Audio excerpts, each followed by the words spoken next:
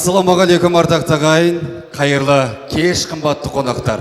Бүгінде 70-тің жетуіне шығып, дүбірлі той жасап жатқан Базарбай әкеміздің қуанышына қош келдіңіздер ағайын, той құтты болсын.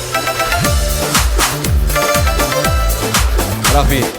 Күні кеше 17-ге толған сері жігіт бүгінде 70 жасқа толып, ел ағасы, әулет атасы болып, сондай сыйлы бір лауазымға лайықты болып, бүгінде ұрпағымен өсіп, өніп, халықтың батасын алып, елдің ықыласына бөленген, сол бір бүгінгі 70 жас тойында өзінің ұрпағынан өрбіген, сүндеттеліп жатқан Шыңғыс баламыздың тойымен тұспа-тұс келіп, бір жасқа толып жатқан Әлихан Батырдың қуанышына сәйкес келіп, бүгінгі той жасап жатқан жары елінің тойы құтты болсын деп қояйықшы әлеумет.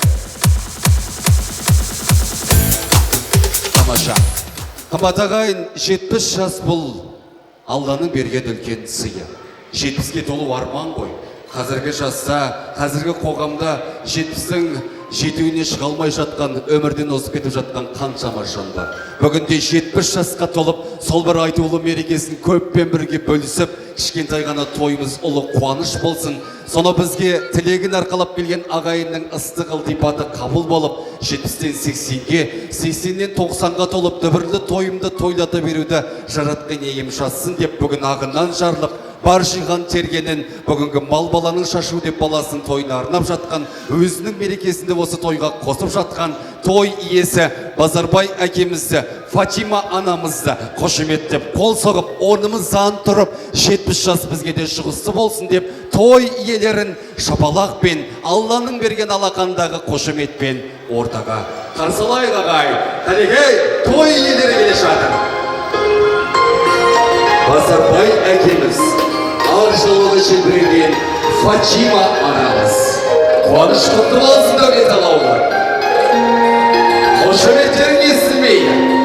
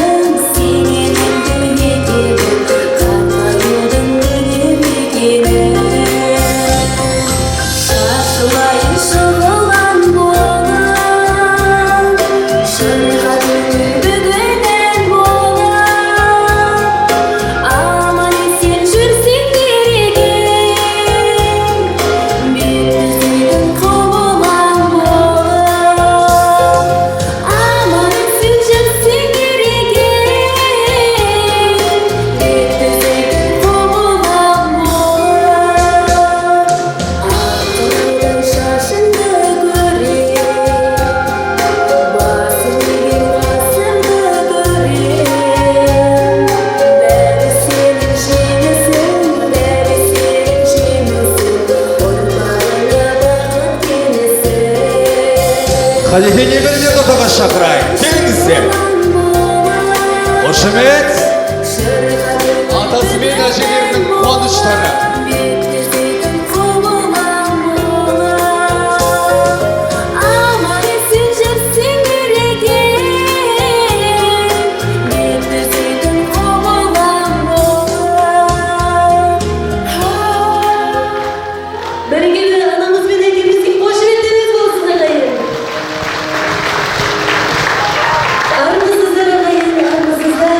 Баршаңызда есен салмаңыздар.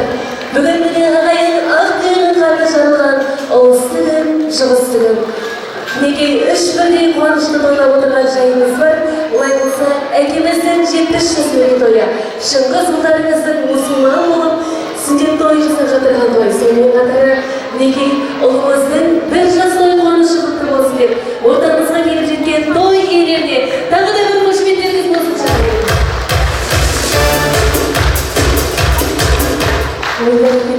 Асқардан екемізге тілеріміз шаңырағының отбасының тірнегі шамшынағы болып аман есен жүрсін демекпіз. Дәл осылай әкеміз бен анамыздың 100 жасқа келу мерейтойын тойлауды алға нәсіп еткен. Ал мінекей қос бірдей немере серіктеріміз елдің елеулі халқының қалаулы азаматы болсын дейміз. Ал ендеше ағайын, осындай ұлан асыр дүбірлі той баршаңызға шығысты болсын. Қошеметтеріңіз естілмейді, ардақты әлем. Тамаша. Рахмет, қуанышты көріп, абайды естелік сөйлеген сөйлеп тұрсақ. Рахмет, тұрғаныңыз тұрмыз. Дәл осындай ерекше құрметпен біздің мерекеміз әлі біткен жоқ. Дәл осы бір сәтте атасы мен әжесінің қуанышы Шыңғыс пен Әлиханды бүгінде сүндеттеліп жатқан батыр ұлды, бір жасқа толып жатқан біздің еркемізді ортамызға қарсы алайық. Қошемет таямайық, балапандарды шақырайық. Келіңіздер.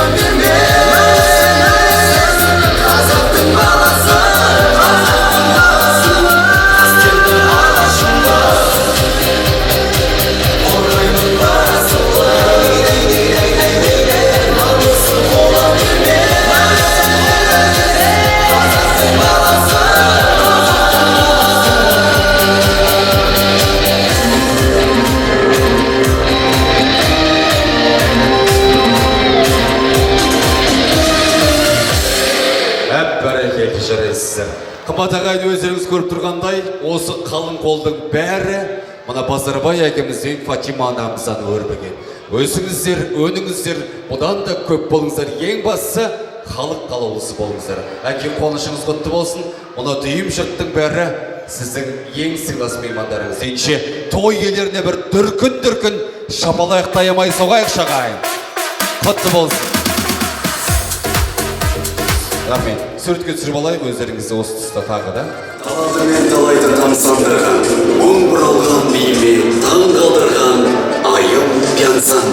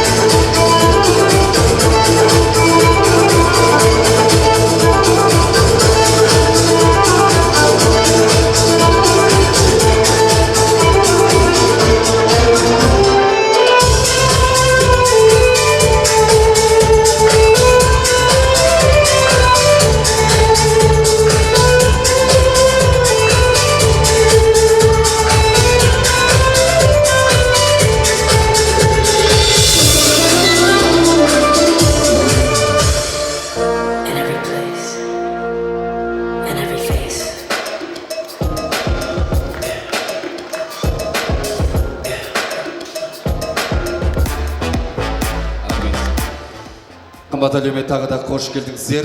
Бүгін біздің әулетімізде, осындағы дәулеталы елінде, соның ішінде Базарбай әкеміздің шаңырағында ұлы қуаныш. Бүгін ән саламыз, жар саламыз. Шартарапқа осынау тойымыздың болып жатқанына жар салып, әдемі кешімізді, әдемі ән мен биімізді, тамаша сый-сипаттарымызды келген әлеуметке ұсынамыз. Өйткені бүгін шаттанатын күн, қуанатын күн, дәл осы бір күнде бәрін жасап арасында қуатын сәтте болады. Өйткені қуаныш қой, бәрі де жасалу керек. Ұлы тойдың айналасына жиналған ардақты әлеумет, телеулес болып келген жандардың үйіне құт, береке, ырыс қонсын дейміз. Дәл қазір салтанатты жиынымызды бастайық. Кезінде хандар құттықтасқан алтын сарайдың ішінде қазір ханның ұрпағы, қараның ұрпағы, мұнау біз бен сіз сияқты қарапайым халықтың ұрпағы да дүбірлі той жасап жатыр. Берілгенбек бақты бағалайық, сәл ғана сабырлық сақтап бүгінгі той иелерінің қымбатты қонақтарын, осы әулеттің көшін бастап, керуеннің басын бастап келе жатқан білекті аталарымызды, ақжаулықты аналарымызды, жас үлкен ағаларымызды, қорыта айтқанда дәулеталы жар ауылын ортаға шақырайық, бүгінгі тойларыңызды бастап беріңіздер. Келіңіздер, қуаныштарыңыз құтты болсын. Әлемек, әулет үлкендері, ақсақалдар, әшелер, аналар қайда екен? Той құтты болсын, билеп шығайық, көңілді көтеріп шығайық. Ей, шырайсы.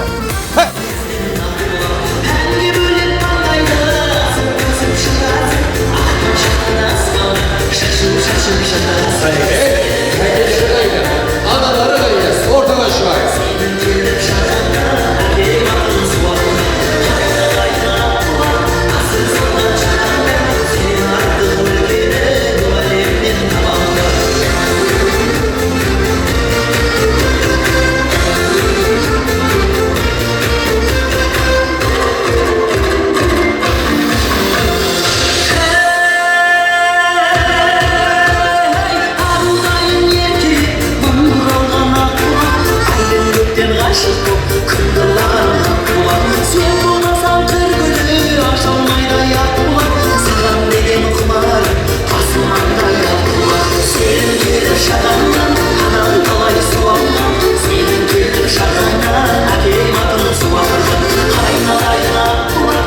Ал, қош келдік, қуаныш құтты болсын. Енді үлкеніміз болсақ, сөз кезегін бастайық. Құрметті Маңғыстау облысының тұрғындары, ағайын жекжат жұрағат, ең жақын бауыр туыс, мына алыстан жақыннан келіп жатқан барлықтарына рахмет айтамын. Мына Жақан ағаның ұлдары бірінен кейін екіншісі міне той беріп жатыр. Тойларың той қыласын, балдар көбейе берсін, дендерің сау болсын. Бүкіл халық қайтарым, барлықтарыңа да осындай той тамаша бола берсін. Менің тілегім осы.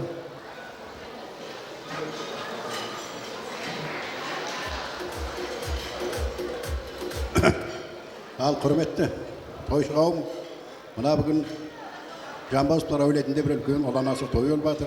Мынау Жақан ағамыздың баласы, мына үлкені, тұңғышы Базарбай ағамыз міне бүгін 70-ке толып ұланасы той қылып жатыр. Құтты болсын. Ал Азеке, Фатима, құтты болсын тойларыңыз. Мынау және де мына немелерің сүндет тойын беріп жатыр екенсіңдер. Тұсау көсер сүндет тойын, тұсау көсерде болып жатыр екен. Бір жасқа толу несінде беріп жатыр екен немелерің, бәрі құтты болсын. Той қыласын. Мына балдарыңда немелеріңде жетсін, сіздердің арттарынан қоя берсін. Ал Базеке, Фатима үлкен аталардың, әжелердің жасын беріп екеуін. Бір жасқа қартайып, тойдан той бола берсін, тойларың жағынан болсын. Әмин. Немелеріңді қызықтап жүре беріңдер, той боласа берсін. Айтқаныңыз келсін, рахмет. Тағы да сөйлемдеушілер болса, жалғастырайық. Бисмилlah. Ассаламу алейкум тойшы қауым. Қасиетті жұма күн құтты бола берсін бәріңізге. Базеке, жеңгей, той құтты бола берсін. Жағынан қойына берсін. Жасыңызға жас тола берсін. 100 жасаңыз тойдан кемде қылмасын Құдай тағалам. Тек отбасыларыңызға той деп барайық, тойға келейін. Әмин. Құрметті қонақтар, мына бүгін жаңа мына ағаларымыз айтып отыр, үлкен әулеттің тойы. Жақан ағамызбенен анамыздан тарқаған балдар Орал апамдан бастап Көшербайға дейін бір елдің ақсақалы айтатын бір сөздер бар ғой. Бір әулеттен қазір үлкен әулет болды. Тарқа батыр, құда қаласа балдарының, Базарбайдың балдары қанша.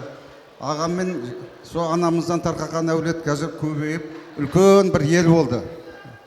Біздер мына Шымкенттен келген Бәймен ағамыздың інісінің балдарымыз. Енді Базеке, бір қуаныштысы, міне өзің 70-ге келіп жатсың. Ал енді кешегі біздер 2 ғасырды көрдік. Бұл қандай қажақтан десе, біздің бір мақтанатымыз 53 жылдан бастап, сонау 60 жылға, өткен жылғы ғасырдағы толған балдардың барлығы қазір тәрбие көрген, кеше кеңестің уақытында қиыншылықтарды көрген, бәрін басынан өткізген үлкен сондай басымыздан өткен неміз. Менің айтайын деген, міне содан сонау Өзбекстаннан көшіп келіп, осы жаққа жайғасып, мына Фатима мен жеңшемізбен бірге балдарды өсіріп, қыздарды тұрмысқа беріп, балдарды үйлендіріп, бәр жағдай жақсы. Құдайға шүкір, жалпы әулеттің осында келіп жайғасып кеткеніне өте қуаныштымыз. Ал енді өзіңе тілейтініміз Базеке. Әрқашан Құдай мына жеңшеммен екеуіңізге ұзақ өмір берсін Құдай. Өсіңіздер, өніңіздер. Мынау 70 дегенің ол бер жақтағы жас қой, қазіргі. Осы балдардың, немерелердің, шөберелердің жақсылығын, қызықты күнін көру үшін Құдай ұзақ ғұмыр берсін. Бақытты әулет болып, әрқашанда осы қызықтарыңа келіп жүрген Құдай жазсын. Той құтты болсын ағайындар. Әмин аға, айтқаныңыз келсін. Рахмет. Ассаламалейкум, құрметті тойшылар. Міне бүгін Амбузская әулетінде үлкен той. Оның ішінде мына Базекең 70 жас немерелерін пішпе той деп жатыр. Қатты болсын, Базеке жасың құтты болсын. Алланың берген жасын жасай бермей. Жеңешем екеуің бір жастықта қайқай. Ал немерелерің құтты болсын, тойлар. Осы балдарымыздың тойын қызықтап, қара өз балдарымыз аман болсын, келін балдар аман болсын. Тойлаға болсын. Кеш жарық, құрметті тойшы қауым. Бүгін Жанғозовтар әулетінде Базарбайдың отбасында Фатимамен үлкен дүбірлеген той болып жатыр. Жан жақтан ағайындары алыстан, Чымкенттен, Ақтөбеден, Атыраудан, бәр жерден, Алматыдан келіп жатыр. Астанадан келіп жатыр құдалар. Ал барлықтарының қадамдары құтты болсын деймін. Аман есен келді, аман есен елдеріне барсын. Ал мына Базарбай, мына беріліп жатқан мына тойларын құтты болсын. Жасыңа жас қосылсын, Алланың берген жасын қуанышпен өткізе бер. Мына Шыңғыс бауырымыздың да мұсылман болып мінеке сүндет тойы болып жатыр. Әлиханның бір жасы барлығы құтты болсын, тойға оласын, дастархандарың тек қуанышқа, тойға жайылсын. Әмин, айтқаныңыз келсін. Тағы да бар ма аналар? Қосамыз ба? Айтыңыз. Тойшы қауым, қош келдіңдер деймін. Ал қайным Фатима, мына тойларың оң болсын. Қайным 70 жасың құтты болсын. 80-ге кел, 90-ға кел. Тек жасай бер. Фатима жаным айналайын. Мына немерелеріңнің тойы құтты болсын. Шалыңның 70 жасы құтты болсын. Менің қайным ғой, сен шалың болғанмен. Ал тек осы той мерекелі, берекелі болсын. Бір жасы да құтты болсын. Мына сүндет той деп атсын. Алла тағала тек бәрі ырыс несібесімен берсін. Тек осы үйге жақсылық тілеймін. Тойың той қыласын айналайын, қайным. Рахмет. Қалғандарымыз осы тілекке қосыламыз, иә? Қосыламыз. Ағалар бар ма сөйлейді? Ассалаумағалейкум, құрметті тойшы қауым. Бәрімізге осындай той жұғысты болсын. Базарбай аға, жеңешемді мерей тойын құтты болсын. 70 жас бізге де нәсіп етсін. Мына балдарының немерелі адамзаттың арманы ғой. Бәрімізге немере жұғысты болсын. Той қаласа берсін. Бәрің де аман болсын. Айтқаныңыз келсін. Барлық ұрпақ бақытты болсын. Жалғастырайық. Айтыңыз. Базаке жақсы құтты болсын, еңеше оң болсын, құтты болсын. Немерелеріңді қызығын көріп жүре беріңдер. Шыңғыстың сүндет тойы құтты болсын. Ал нағашылары құтты болсын сіздерге де. Ал Алланың берген жасын жасай бер, Базаке. Ал болдым. Бәрекелді. Барша жақсы тілектер қабыл болсын. Базарбай әке шапаныңыз құтты болсын. Шапанды елге сыйлы азаматқа жапқан осы сыйыңыздан айнымаңыз. Мына әулеттегі аналарымыздың тағы сыйлықтары бар. Аттарын атап берейік дейді. Құрметті тойшы қауым, тойға қош келдіңіздер. Жаңа бапамызға шапан жауып жатыр, ақ кеме. Біз ақ кем әлі жас деп куртка жабайын деп тұрмыз. Дұрыс. Шапанды киюге әлі ерте. Бапа жүз жасаңыз. Айтыңыз келсін. Тамаша табыстаймыз. Құтты болсын. Істейміз, кезіп көреміз бе? Иә. Құтты болсын. Фатима анамызға демі бешпенті бар, мінеке апамыздың беріп жатқан орамалы бар. Келесі тойға дайын, общем, образ. Құтты болсын. Ал ортаға тұрайық, бір есек сүртке түсіп алайық. Барша дұға тілектерімізді Алла қабыл етсін. Осы шаңырақтан бақ пен береке кетпесін дейміз. Қанеке. Ортаға жақындаймыз. Бәріміз бірге тұрайық.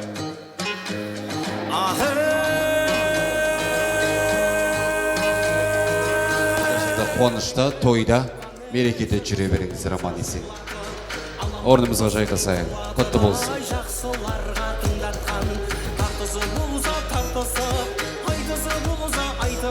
Қымбат ағайын, біз алғашқы әуенімізді сіздердің құрметтеріңізді шырқаймыз. Бүгінгі жеңісті күннің иелері ол әкелер мен аналар. Ол кісілердің құрметіне қанша алғаш болып ән шырқасақ та бәрібір борышымызды өте алмаймыз. Иншалдарыңызда сара қыздарыңыз қабыл алыңыздар.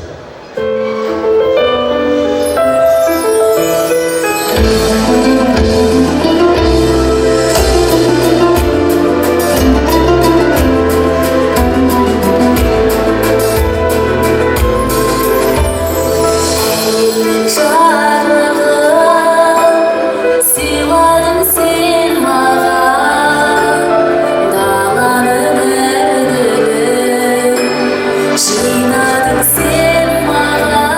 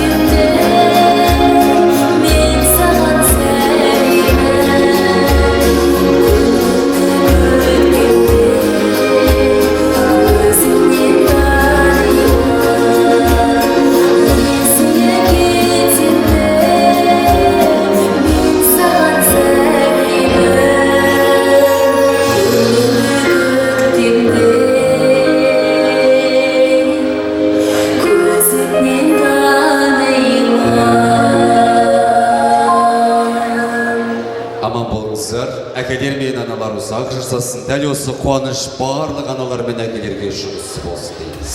Қымбат қонақтар, біз уақытты бірден созбайық, өйткені өзімізге бөлінген уақытымызды тиімдетіп өткізуіміз керек. Әлі алда уақытта көрсететін тамаша дүниелер бар. Әлихан баламыздың шашалу тұсаукесері бар. Одан бөлек бүгін Базарбай әкеміздің Фатима анамыз қыздарын төркіндететін болады. Осы бір рәсімді, осы бір дәстүрді тағы да алдарыңызға жаңғыртып ұсынатын боламыз. Ал дәл қазір осы шаңырақтың барлық кәрі нағаштарын мен түп нағаштарын шақырамыз. Келдіңіздер. Қуанышымызға ортақ болыңыздар. Нағашылар, бажалар, балдыздар, бірге шығамыз. Кеттік. Базарбай, бірге кәрі нағашы, түп нағашы, бажалар, балдыздар, бірге шығайық.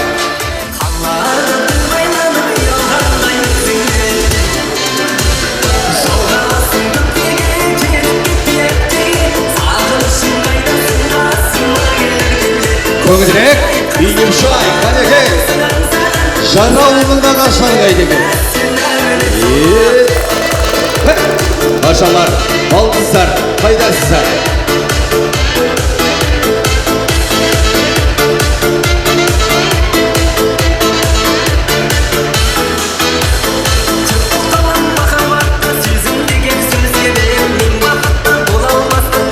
Көңілірек, қайдасыздар?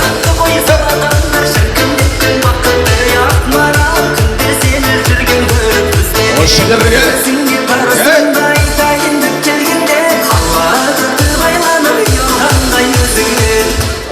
Hoş geldinizler. Biz nағашыларымызды, бажаларымызды ортаға шақырдық. Ал енді кәрі нағашылардан сөз кезегін бастайық. Ассалаумағалейкум Тауышқа. Ал Базарбай Фатима, мерекелеріңіз құтты болсын. Туған күні құтты болсын. Ал енді 70 жасқа толмады дегенсің ғой. İnşallah 80, 90, 99. Allah'ın bir gün çalışmayacaksa, yaşamaktan merекелерің барлығы оң болсын. Осында отырған бүгін мұсылман бәнделерім барлығы жұмысты болсын деп тілеймін. Тойға жалғаса берсін. Аспанымыз ашық, күніміз жарық болайын. Assalamualaikum. Toşğam. Toy oң bolsun. Bazıge derin sağ bolsun. Amançılıkta oynayıp жүрөбер. Amançılık bol. Kişiler құрметті тойшы қауым. Бүгін мынау Базарбай мен Фатима тойларың той қыласын, өмір жастарың ұзақ болсын, бала-шағаларың қызығын көріп, ортамызда жүре беріңіздер. Біздер мынау Ақтөбеден келген Базарбайдың кәрі нағашыларымыз. Туған нағаш. Ал енді құрметті дастархан басында тұрған ағайын тума, жайжат, құда, бауырлар, сіздердің үйлерінде той болсын, қуаныш болсын. Әр қашан той дастарханда кездесейік.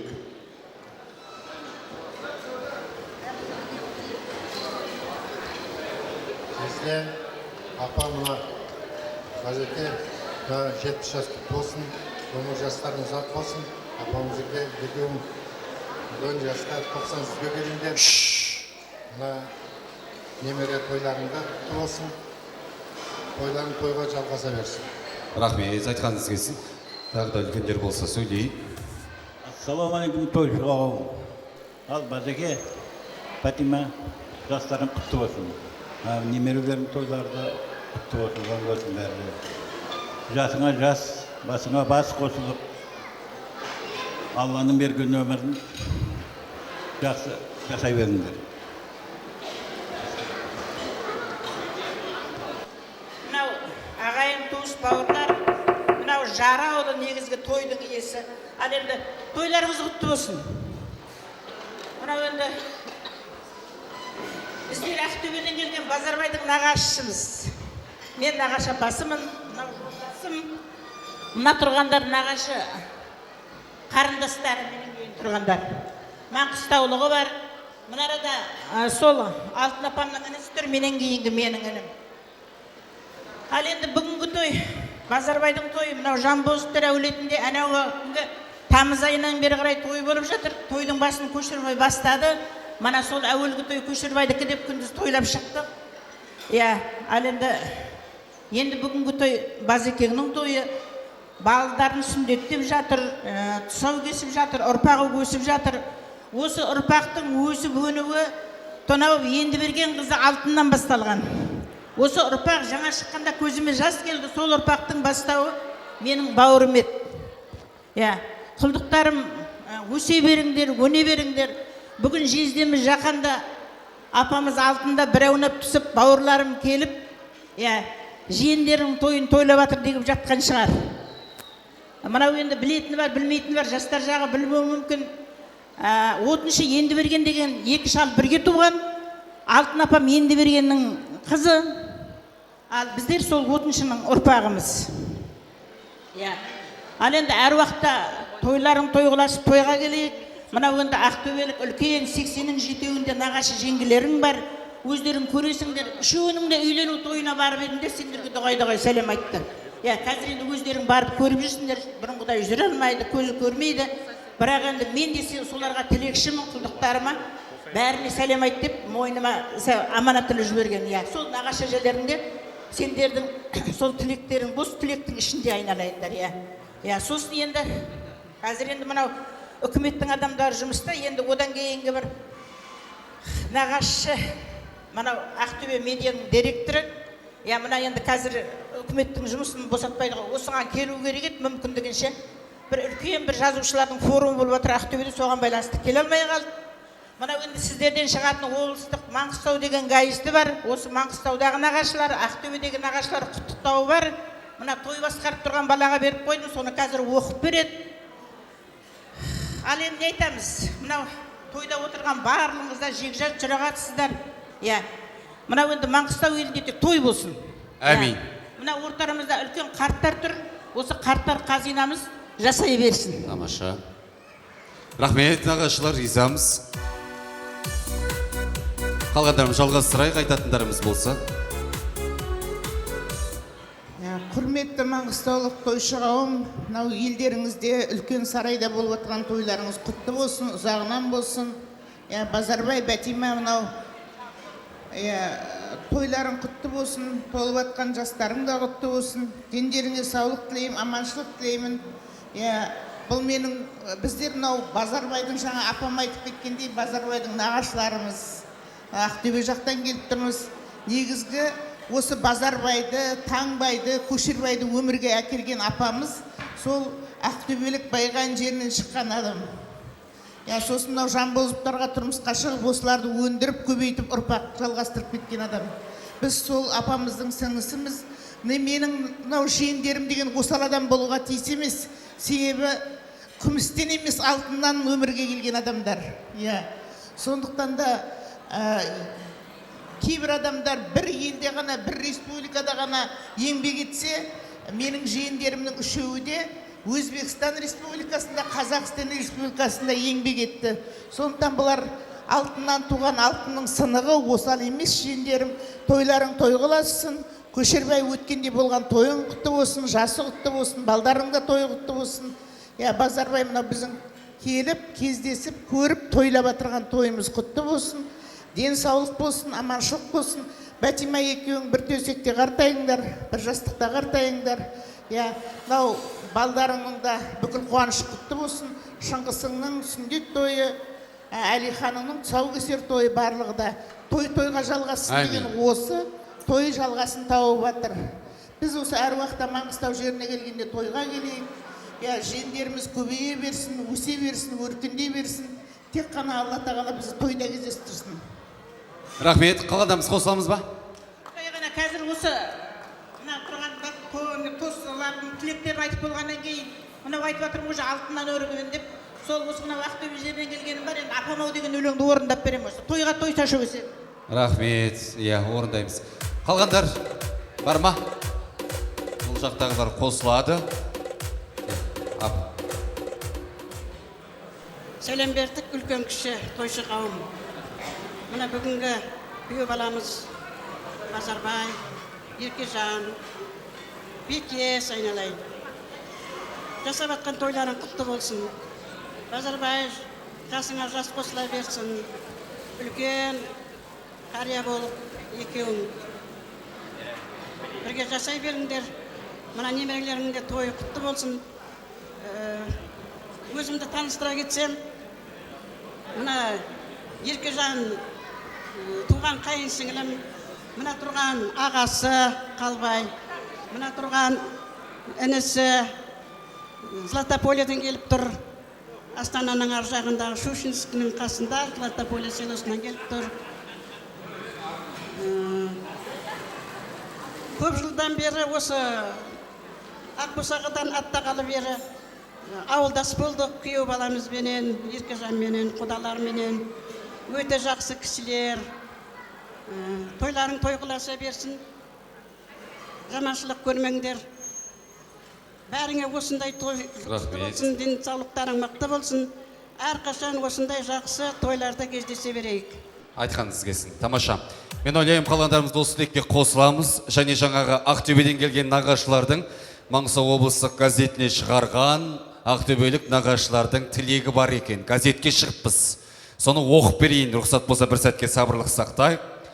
Ағайынды Жанбосовтарға, құрметті Базарбай, Таңбай, Көшербай, сіздерді мерейлі мерекелеріңізбен шын жүректен құттықтап, бақытты да ұзақ ғұмыр, отбасы бақыты мен қуанышын, жақсылықтар мен игіліктер тілейміз. Сыртта жүріп бастан талай өттісін, шыдай бермес мұндай жолға көп кісің. Ағайынның үлкенісің Базарбай, құтты болсын келген мынау жетпісің.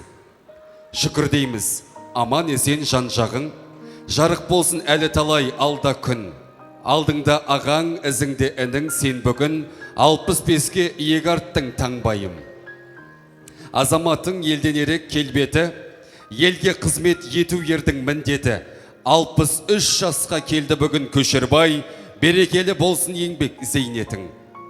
Үлгісі мол үлкендерге баталдың, еңбек етіп үлгілерден аталдың. Біздің алдын апамыздан тараған ұрпақтары жары жезде жақанның. Жиендерде болмайды екен бойдамын, тіршілікте болсын ылғи жолдарың. Әулеттерің бәйтеректей өркендеп, құтты болсын келіп жеткен тойларың. Құттықтаушылар, ақтөбелік нағашыларың, 25 қыркүйек 2023 жыл Маңғыстаулық та нағашылар осы тілектің ішінде. Құтты болсын.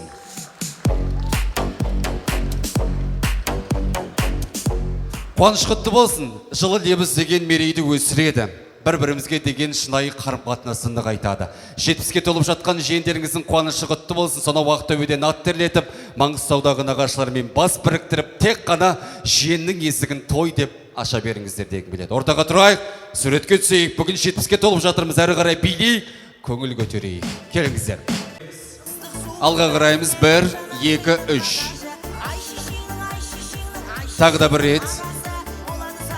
Еселік есе қалады ағайын, сондықтан да жарқырап түсейік, алға қарап.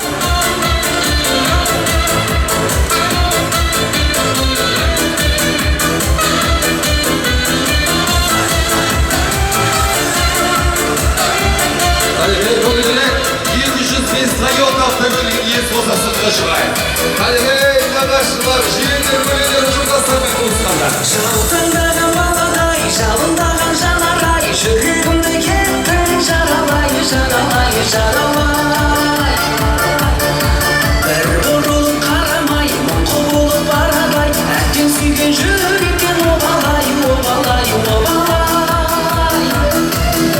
Жалтыңдаған баладай, жалындаған жанарай, жүрегімді кеттің жаралай, жаралай, жаралай. Бір бұрылып қарамай, қолы баралай, әттен сүйген жүректен обалай, обалай, обалай.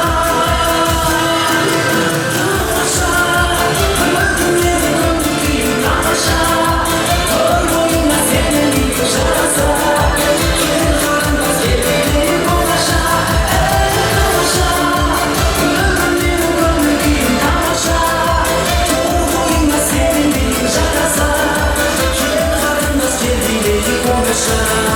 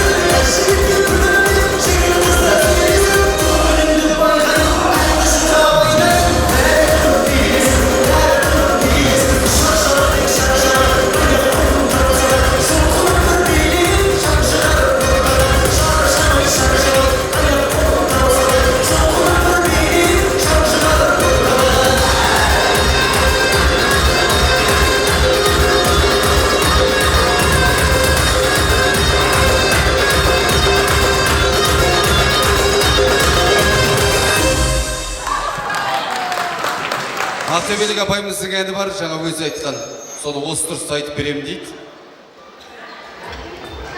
Ал енді құрметті шоуын айтып жатырмын ғой. Бәрін бері қарай мынау осы ұрпақтың өсіп өнгені апам алтынның арқасы деп, ал енді осы мынау Ақтөбеден келген той шашу сендерге әнім сол апам бір аунап түсіп жатсын, апам ау деген әнді. Айтыңыз.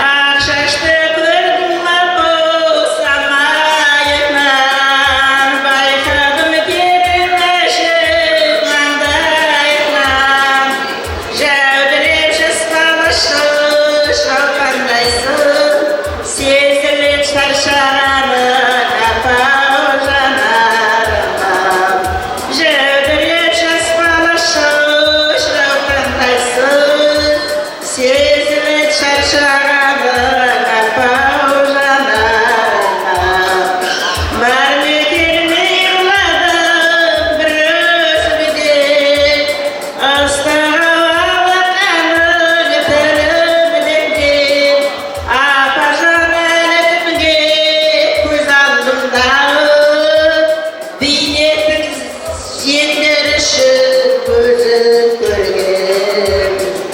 Не көрмек біздер үшін, сендер үшін аяулы апам, сонда да түсінбейді күйген ағам. Дұшпандар десе десін сыртымызды, жеткізген жақанның балдары апау сенің арқаң, апау сенің арқаң. Бәрекелді, тамаша апа. Ән салып жүре беріңіз. Ортаның гүлі болыңыз. Үлкен алғыс білдіреміз. Мұна біздің әулетіміздің атынан сый сипат. Келіндер табыссайық. Шайнегіңіз қайнап тұрсын қашанда апа. Ризамыз. Бәрекелді, дастархан басына жайғасайық. Ән салып, би билеп, осылай тек той тойлап жүре беріңіз. Мынау Орал апамыздың ақшалай сыйлығы. Көңілден шықтыңыз, анамыздың әнін шырқап жатсыз. Анасы бар адамдар, қол соғайықшы. Олай болса, сыйлықтарды ортаға алып келейік келіндер. Подарканы жеткіземіз. Бәріміз бір ойын ойнайық, сыйлықты ортаға жеткіземіз. Экранға қазір суреттер шығады. Сол суреттерден сөз құраймыз. Кім білет, кім құрады, кімдікі дұрыс, ортаға шығып, мақал мәтелдерді айтып беретін боламыз. Бүгін енді 70 жас, осы тойға арнайы дайындаған өздеріңізге керемет ойынымыз бар. Сурет тауыстырайық, ең алғашқы мақалды экранға шығарайық. Қол көтеріп, бірден ортаға шығып айтып берейік, сыйлығымызды алып кетейік. Бар ма білетін адам? Келіңші, кім біледі? Қол көтереміз, кім бар?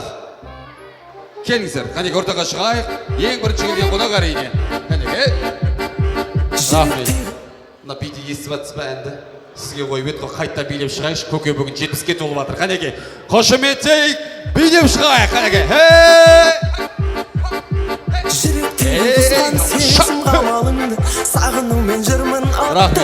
Рахмет, арман жасағыңызға рахмет. Қызбыз ғой. Қыз қойдым ғой, мен де қызбыз ғой деп. Тамаша, осы әулеттің қыздары ғой. Баланың тілі бал дейді, дұрыс па? Дұрыс қой.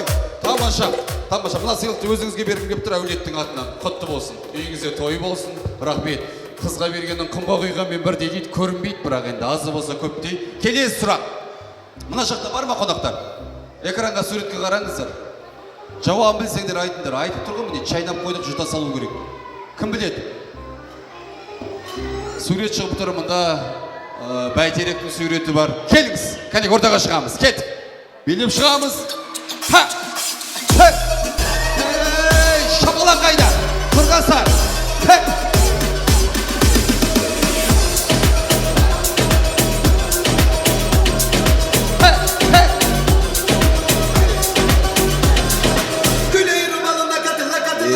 Тамаша.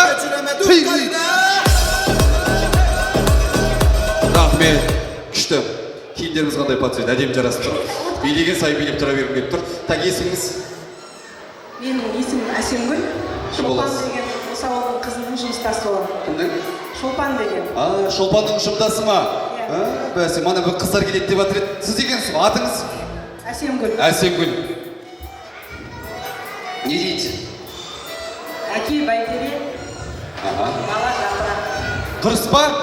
Дұрыс қой, дұрыс. Ойнатын түгі жоқ. Ал енді Әсемгүл бір сұрақ қоямын.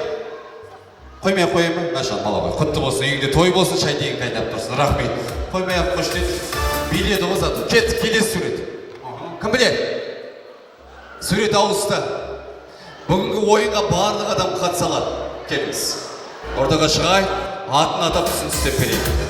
Әлеке, жігіттер, пәтер шығайда. Күйде. Canım kım çıplaştı ya Can gidi Cayliye Canım çıplaştı ya Рахмет. Рахмет. Өзі билет қойып берсең болады екен оғаның, керемет. Жарасы уақыт. Кім боламыз? Кімсіз? Осыма жарауына Бекесі. Жұмыстасы. Есіміңіз? Руслан аға, қараңызшы, не деп тұр экрандағы суретте? Әке Асқартау. Вау, дұрыс қой, я бірден жауапты беріп жатыр. Енді ойланатын түк жоқ бүгін қонақтарымызға. Сондықтан мынау сізге шаңырағымыздың атынан. Сіз де 70 жасқа толыңыз. Әмин. Рахмет, жарайсыз. Не берсең күле беретін сияқты, аға, еш көңілі бұзылмайтын сияқты. Келесі сурет. Кім біледі? Кім бар сол жақтан? Ортаға көрінбей жатырмын ба? Давай, ортаға барайын. Келіңіз апа, давай айтып айтпасақ. İkimiz birge şehrimiz armanlarda Şoşuma beni gidi, karşıma beni gidi, kara. Ay soğuk olsa da tanrım Seni gana. Kıydı.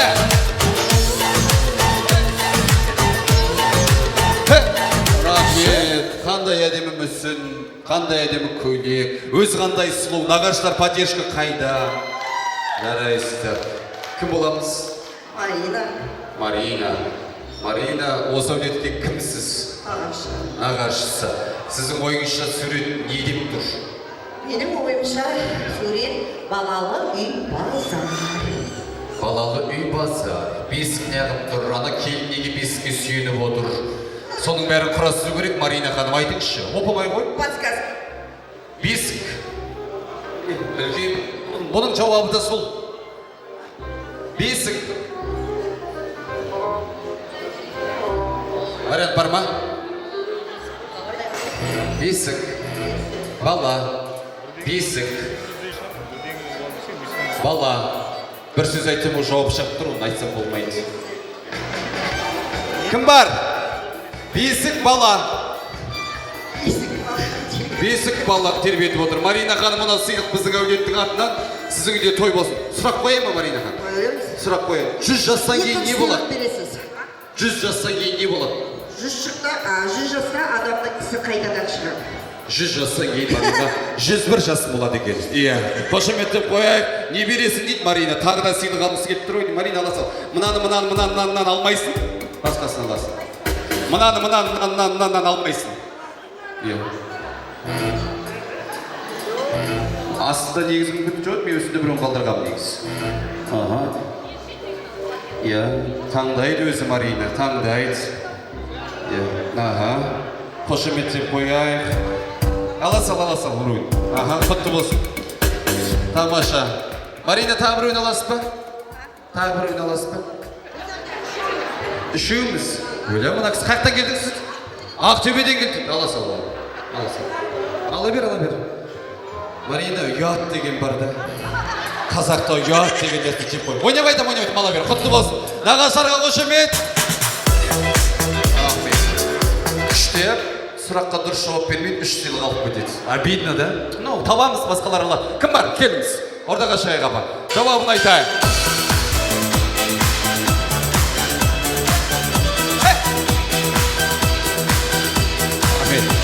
Айтса шапа. Бала тәрбиесі бесіктен. Міне ғой менің жауабым. Бала тәрбиесі бесіктен. Кім сұрақ қоймейм апа? Құтты болсын, сізге де немере жұмысыз болсын. Болса тағы да сүйіңіз. Келесі сурет. Келесі суретке осырамыз. Кім бар? Ондай мүмкіндік болмайды. Келіңіз. Ортаға шай. Айтып берейін.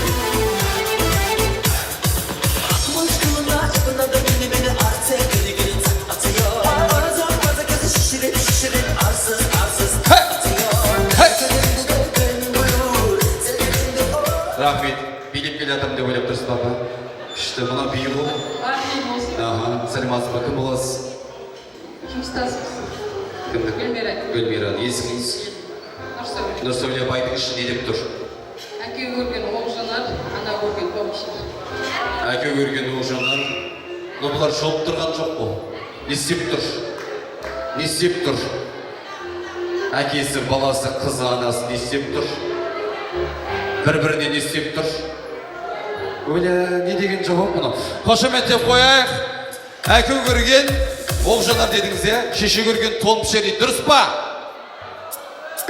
Ренжімейміз апа, құтты болсын, той болсын. Қазір біліп аласыз, вай деп сосын жағанды сайыз. Кел, кеттік.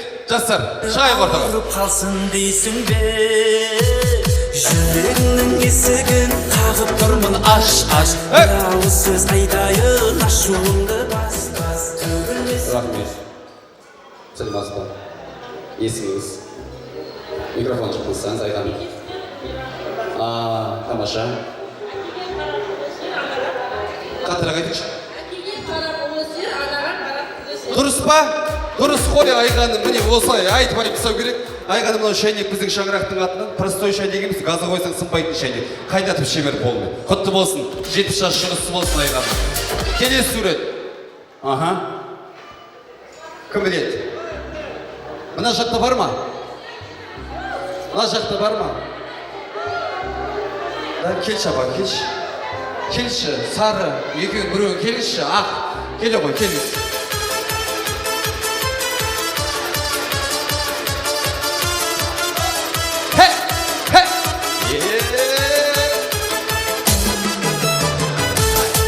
Рахмет. Алғай қара көйлектегілермен билейміз. Өйткені қарада арық болып тұрасың да білмей. Так, сәлематсыз ба, қош келдіңіз. Кімсіз? Коллектив. Құрдастар. Не дейді?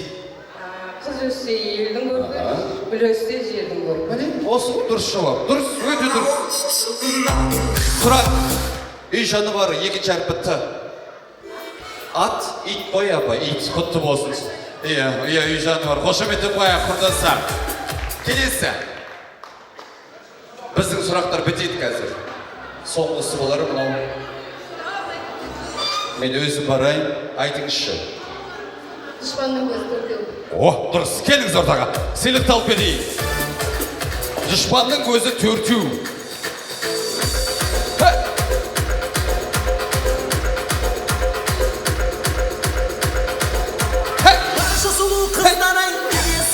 Құтты болсын.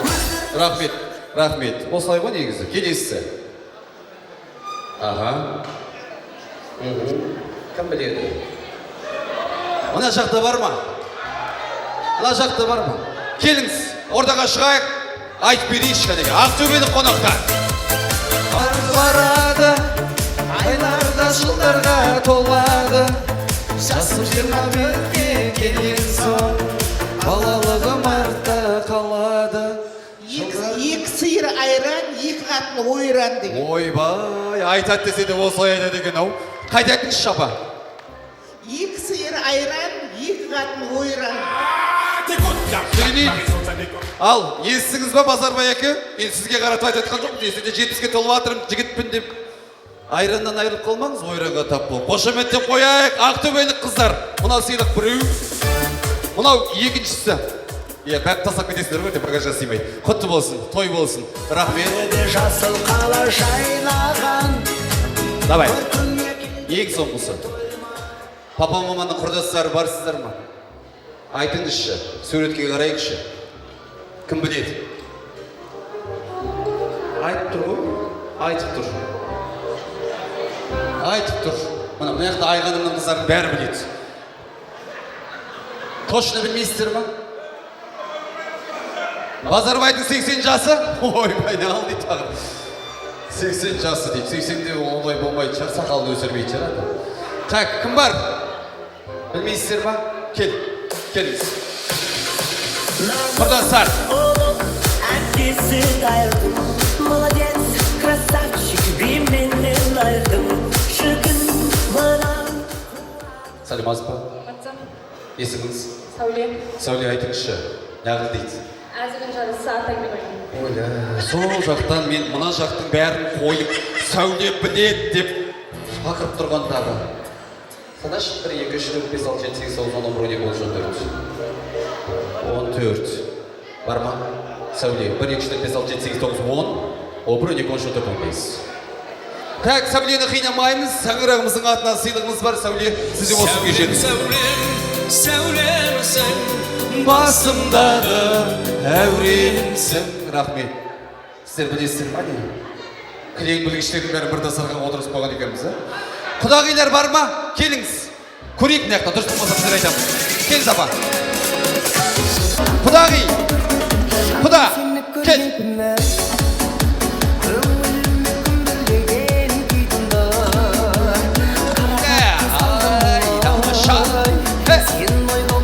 Рахмет. Жобамен. Аха. Аха.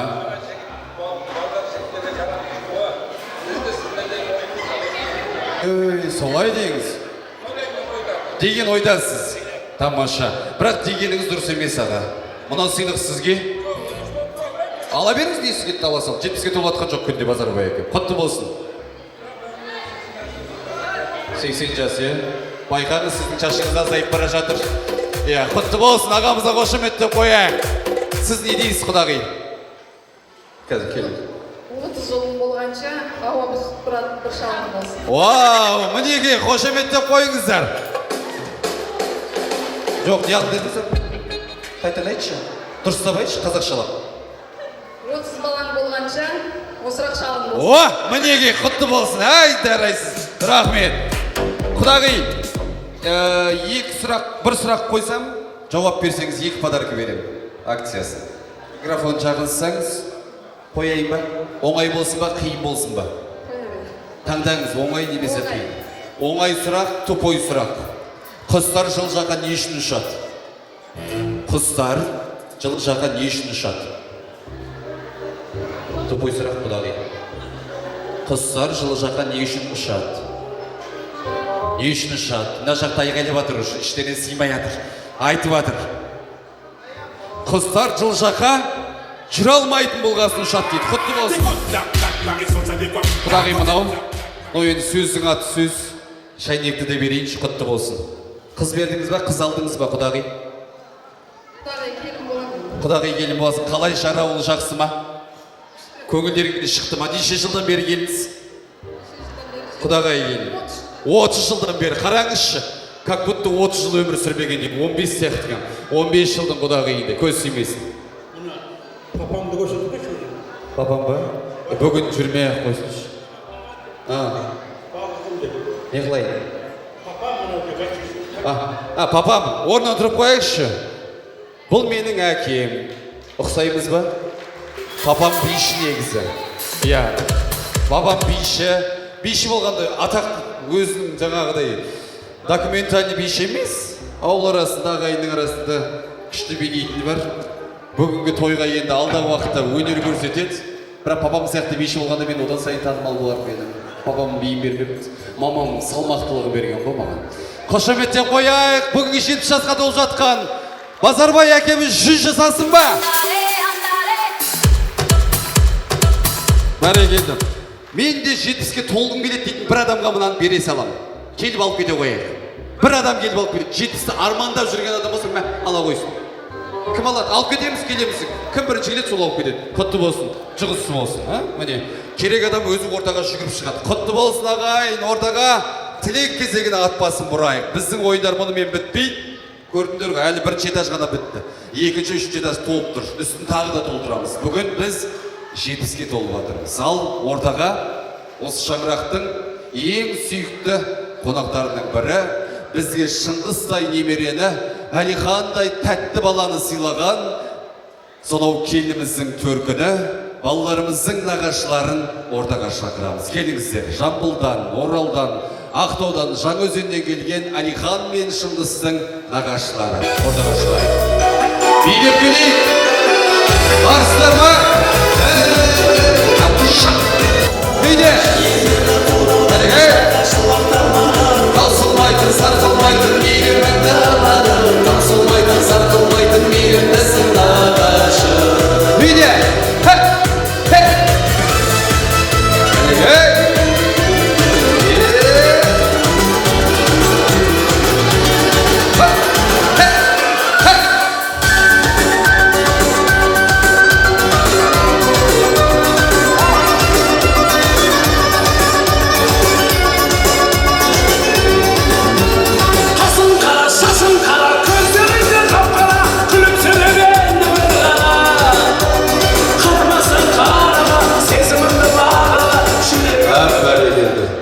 Біздің Жәмел апамыз емес па?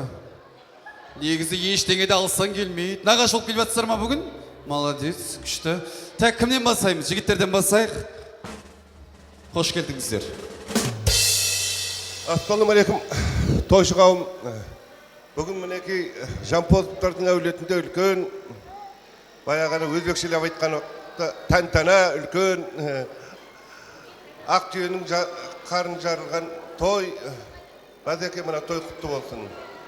Мына өзіңіздің 70-ке келген ел ақсақалы болып, ел ағасы болып отырған кезіңізде екі немереңізді біреуін сүндеттеп, біреуінің жаңағыны тұсауын кесу, оның да сәйкес тұспа-тұс келіп жатқаны өте әдемі. Одан бөлек жаңағыны тұрмысқа шыққан қыздарыңызды төркіндетіп, оны да бір атап өтіп жатқандарыңыз барлығы құтты болсын. Жаңағына қос тойың қабат болсын деп айтқан қазақтың тілектерінің қабыл болып жатқан дағысы ғой. Ал енді сіздердің жаңағы әулеттеріңізбен 40 жылдан астам араласып құраласып сіз бірлесіп жатқан жағдайымыз бар. Сіздерден алатын жаңағы үйренетін жақсы қасиеттеріңіз мол. Осы мінекей соның куәсі мына үлкен зал деген толып мінекей қонақтарыңыз келіп отыр. Барлығы да жақсы бір тілектермен келіп отыр. Сол тілектер қабыл бола берсін. Ал енді мынау сүндеттеліп жатқан баламыз үлкен азамат болып өсе берсін. Жаңағы тұсау кесілетін баламыз еш уақытта өмірде сүрінбесін. Ел ағасы болып өсетін екеуі де үлкен бір азамат болып өсе берсін. Соған тілектеспіз. Құтты болсын тойларыңыз. Рахмет. Тыныш сақтайық. Ал базеке, 70 жас құтты болсын.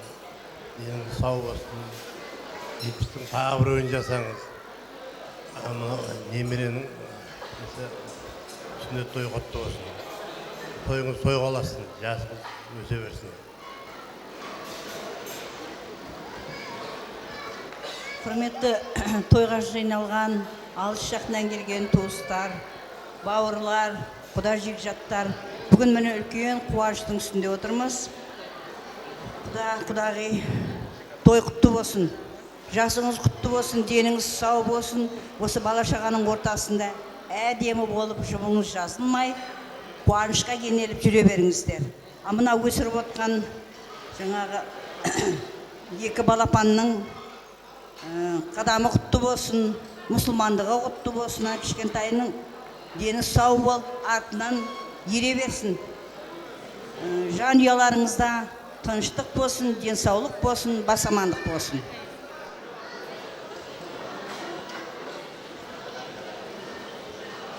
Кеш жарық тойға жиналған қауым.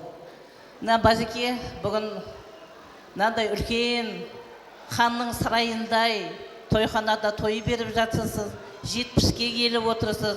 Бір үлкен бәйтерек, жан-жағыңызда жапырақтарыңыз жайылып, осынша халық, осынша ел жинап, балаларыңыздың, қыздарыңызды ұзатып,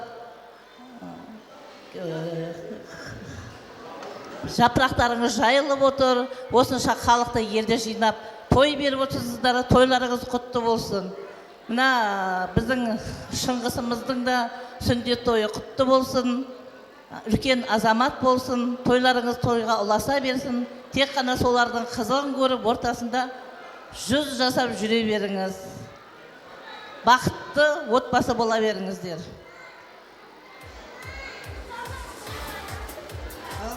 Құрметті тойшы қауым, біздің Құдағайдың ауылында бүгін үлкен той болып жатыр, 3 той қосылып жатыр. Енді Құдағай деп неге айтасыз деп нетіп атқан шығар, өзім таныстырып кетейін кішкене 1-2 ауыз. Мен өзім кореянкамын, ұлтым кореянка, бірақ 76 жылдан бері Адай ауылдың Қожантай Жеменидің ауылына келін болып түскенмін. Тамаша. 3 ұлым бар, 3 келінім бар, 10 немерем бар. Так что мен олардың жеңгесі болам. Сондықтан Құдағай деп сөйлеп жатырмын сіздерге. Ал бүгін әдемі той болып жатыр. Өмір енді басталып жатыр. Қызықта тоймай жүре беріңіздер. Бір жастыққа қартайып, өмірдің соңына қол ұстасып бірге болыңыздар. Ал тұсаукесер немереңіздің тойы да құтты болсын. Бір балаңыз енді бүгін мұсылман болып жатыр. Мұсылмандар үшін мұсылман болған той ең үлкен тойдың бірі деп есептеледі. Әмин. Сондықтан көп құттықтаймын. Бақытты болыңыздар отбасыңызбен. Осындай қызық тойлар көп бола берсін. Тамаша. Өзіңіз айтпасаңыз мүлде ұқсатпайды екенбіз вообще. Өзіңіз айтпасаңыз мүлде айтпаймыз, танымаймыз, білмейміз, өзіміздің қыз ғой деп қарап. Сондықтан айтып қойдым ғой енді. Таң қалмасын деп. Күшті. 100% сөйлеп тұр біздің тілде. Қошемет деп қояйық. 76 жылдан бері келін екен Жеменей ауылының. Қуаныштымыз. Кеш жарық, құрметті қонақтар, құрметті Құдағай. 70 жасыңыз құтты болсын, денсаулығыңыз мықты болсын, бала шағаңыз аман болып, 100 жасап, біздің Фатима Құдағай екеуіңіз шапқылап жүре беріңіздер. Бүгінгі мына Шыңғыс Батырдың сүндет тойы құтты болсын, Әлиханның тұсаукесері құтты болсын, тойға жалғасын, аман болсын, балдар бақытты болсын. Амин, рахмет. Болды ма? Енді менің жаңағы сүндет той болғаннан кейін ат алып келуіміз керек қой мына жерге. Сөйті ма мұнда? Атты конвертке салып келдік. Міне дұрыс. Сосын мына келіндер қазір шашуды алып шықсын. Баламызға машинамыз бар. Абайлаңыздар арттан. Абайлаңыз. Мынан ағаштардың көлігі. Үлкейгесін осының шыдай түрін алып береміз. Алғашқы қадамы құтты болсын балапандардың. Шашулы болсын. Келіндер шашуын шашып. Құтты болсын. Құтты болсын, иә. Болды ғой, тағы бар ма?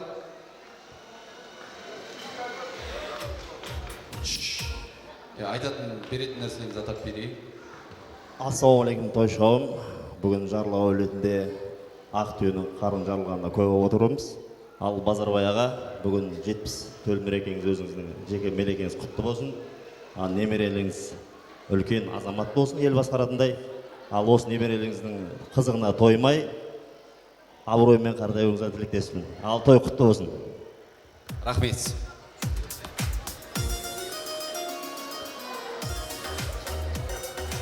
Болды, Сый сияпатымызды тапсырайық. Тапсаңыз. Тайымызды конвертке салып келдік, Жамбылдан алып келу қиын болды. Конвертті бере беріңіздер. Шапанын берейік атамыздың, құтты болсын. Ал шапаннан байды қал бүгін. Құтты болсын бәрі.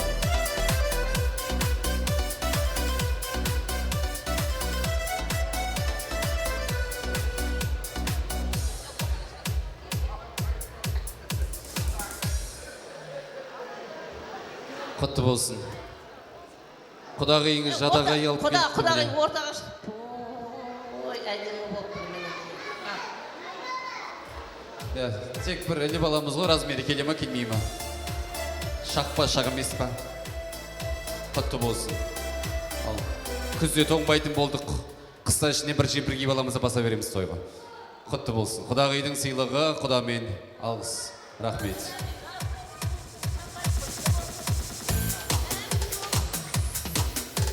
Тек тойға келіңіз. Суретке түсейік енді ортаға тұрып. Тағы не бар беретін? Беріп сәйік бәрін.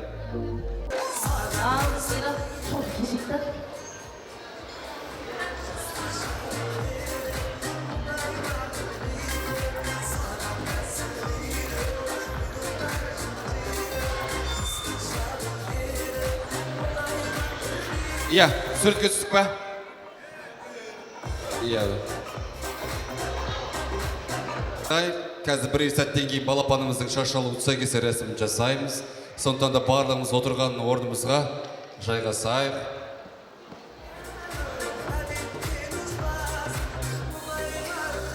Той иесі Базарбай әкеміздің, Фатима анамыздың тамаша өздерінің фильмі бар.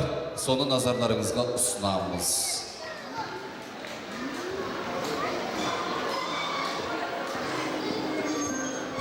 Әкеміз Жақанұлы Базарбай 1953 жылы қыркүйек айының 23 жұлдызы Түркменстанда Ленинск ауданында дүниеге келді.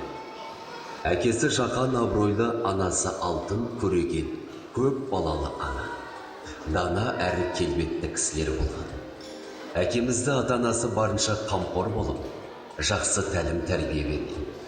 Атамыз бен әжемізден Орал, Базарбай, Таңбай, Көшербай, Құралай, Жамиля, Замира, Гүлзира дүниеге келген.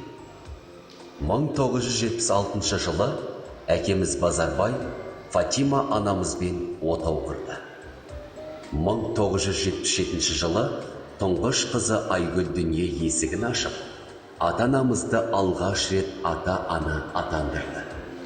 Кейін екі ұл, екі қызды дүниеге алып келді. Бердібай, Шолпан, Гүлжамал, Бекес. Әкеміз бен анамыз бізді барынша аялап, тұмсықтыға шоқтырмай, қанаттыға қақтырмай мәпелеп, асырап жеткізді. Кезінде отбасы мен ел үшін ерен еңбегін аямай, маңдай терін төгіп аянбай қызмет етті.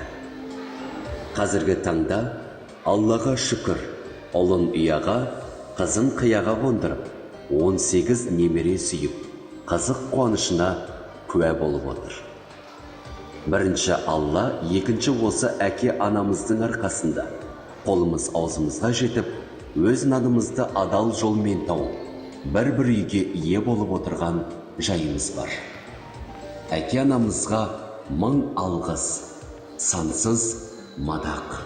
Осындай ата-анасы бар, біз бақыттымыз. Асыл әке ардағы ұл қызыңның бәрін болдап жүретін алдағын. Қамқоршымыз сіз келіп 70 жасқа қуантып отырсыз ғой бізді бүгін. Әкелер деген сұрасаң, аспаннан айды әперер.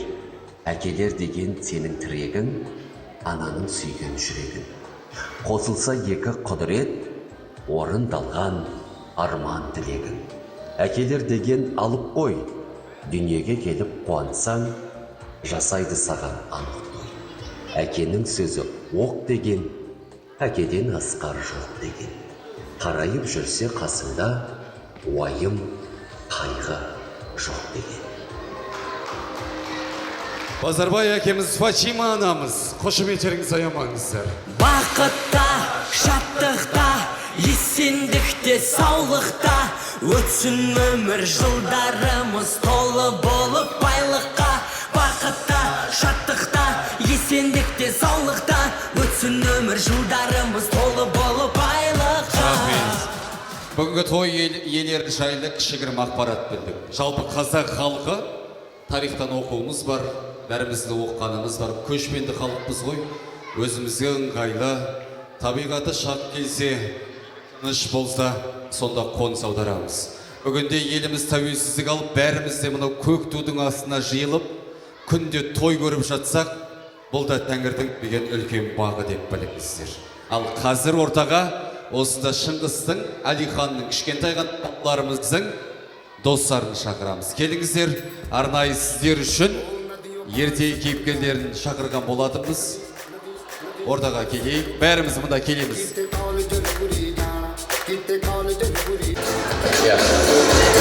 Бәріміз келіп бар. Сезетеміз. Олай болса ортаға біз ертегі кейіпкерлерін қарсы аламыз ба? Кеттігінші, 1, 2, 3, шықсын ортаға.